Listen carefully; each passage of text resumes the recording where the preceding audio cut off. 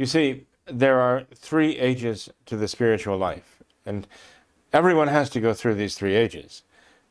God can carry them by grace through those 3 ages very rapidly. God is not limited by our time. All we have to do is consent to the grace he gives, and that consent can be given very rapidly. So God can, take someone very rapidly to the heights of sanctity by the power of grace. But certainly the ordinary course of events requires that we pass through these 3 ages of the spiritual life by maturing, and this is a process. And the first age is that of the purgative way.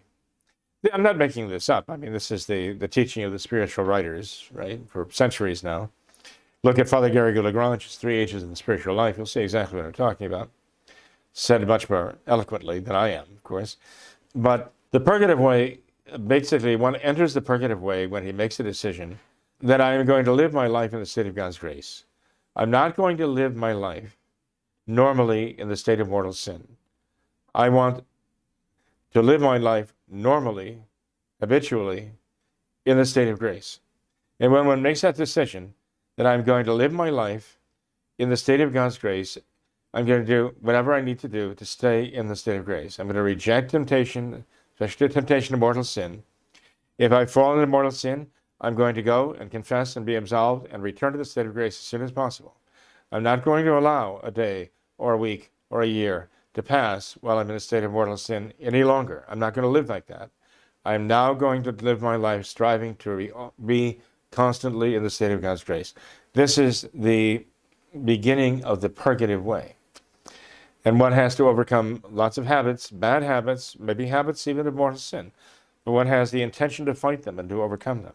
There are a lot of people who don't get past that because they lose heart, they find it hard, and they basically give up. They give up on themselves. Maybe sometimes they even give up on God. Tragedy.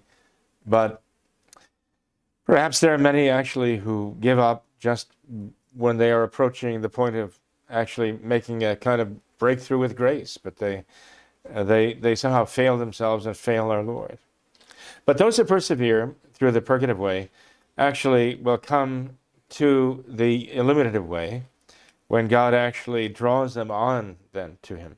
And he makes known to them truths and understanding of the truths of faith in a unique way, in a supernatural way even. So he illuminates their mind to really appreciate the significance of the truths of the faith. This is the result of their prayer and their perseverance and meditation. They actually are coming to more and more conform their wills to God's will. That's wisdom.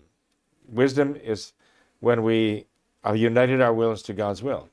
So he's breaking them through the process of the illuminative way, and they're gathering wisdom, growing in wisdom, and they are beginning to see and appreciate more and more the wisdom of God and the divine will.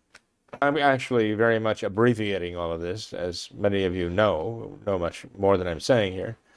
But if they persevere through that, and they go through the dark night of the spirit, as the purgative way people had to go through the dark night of the senses, they will come to the unitive way. Now, the unitive way is what actually defined the sanctity of Our Lady. And in the unitive way, you don't have to make that conformity of the will with God's will. Conformity has the sense of that you actually make your will harmonize with the will of God. That you make your will, you bring your will into line with the will of God.